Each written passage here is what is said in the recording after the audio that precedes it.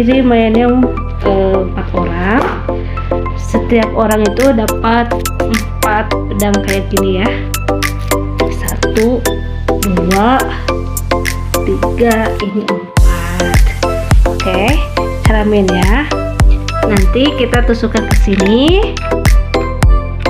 Kalau ini nusuk kena ini tuh nanti akan dengan sendirinya keluar dari perangkap ini ya. Kita mainkan. Ini yang hijau sudah yang kedua. Tidak.